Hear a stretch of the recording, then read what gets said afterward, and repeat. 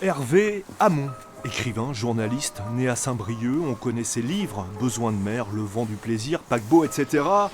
Pour mémoire, on lui doit aussi ces images incroyables en 99 à bord de l'Abeille Flandre, le jour où sombre l'Erika. Hamon, un breton touche-à-tout qui avait commencé par des études de philo. En 68, il a 22 ans. Le 6 mai à Paris, il doit passer l'agrégation, mais il va rendre copie blanche. Ce qui s'est passé, c'est qu'il y avait un bruit dehors qui était tout à fait extraordinaire, à peu près le bruit d'un match de foot, ce qui n'est pas ce qu'on entend pendant les épreuves de l'agrégation.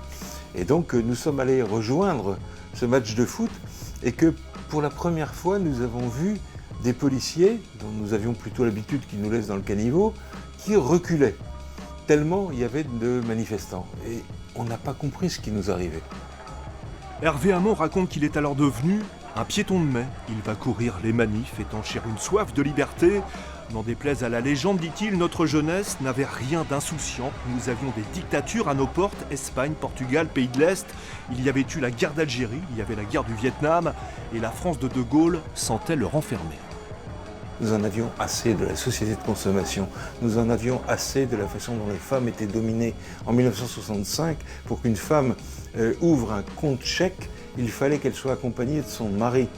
Ce monde était vieux, il était violent, il était injuste et il était bouclé. Le mouvement, dit-il, va s'improviser, libertaire, sans leader. Pour Hamon, 68 va bousculer avant tout les mentalités. À ses yeux, la rue n'a jamais voulu du pouvoir, même si certains soirs de manif, le pouvoir semblait à la rue. On passe devant le ministère des Finances, on passe devant le ministère de la Justice.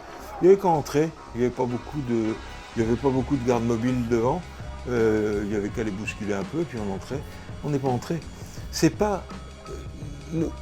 n'est pas une révolution politique, c'est une révolution qui mise sur la société civile.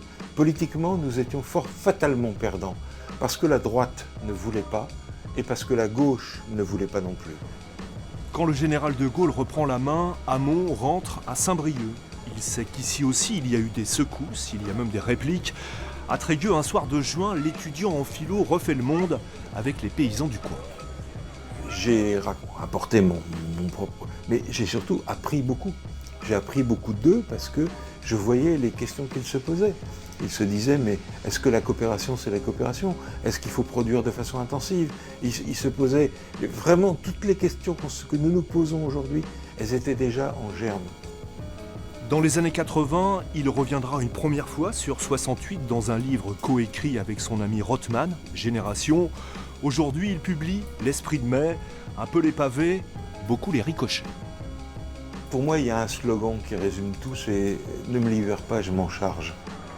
Ce qui nous interroge aujourd'hui, c'est comment une société, alors qu'on ne s'y attend pas du tout, peut devenir éloquente et créative. C'est ça la question. Et ça, c'est une question qui est toujours, absolument toujours pertinente.